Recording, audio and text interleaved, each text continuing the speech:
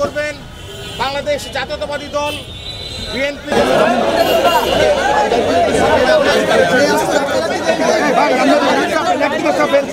রাস্তাটা বন্ধ করেন না।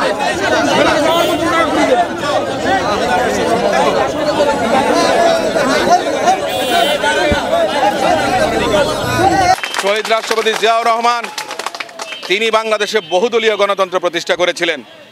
যে গণতন্ত্রের জন্য আমরা 15 বছর লড়াই সংগ্রাম করেছি, তার পূর্ণতা জুলাই আগস্টের অভ্যুত্থানের মধ্য দিয়ে। আমরা চাই আমাদের দেশের জনগণ ভোটাধিকার প্রয়োগ করতে পারুক। আগে তিনটা নির্বাচন, যে যুবকের বয়স 18 হয়েছিল সে আজ পর্যন্ত ভোট দিতে পারেনি, তার বয়স 30 হয়ে গেছে। আমরা চাই মানুষের আশা আকাঙ্ক্ষার প্রতিফলন ঘটাবে এই অন্তর্বর্তীকালীন সরকার। আমরা ডক্টর মোহাম্মদ ইউনূস স্যারের কাছে আবেদন জানাবো, বিতর্কিত যারা আছেন তাদেরকে উপদেষ্টা মণ্ডলী থেকে বাদ দিন, অভিজ্ঞদেরকে নিয়ে প্রয়োজনে নতুন করে যেন ডিসেম্বরের আগে নির্বাচন সম্পন্ন করতে পারেন।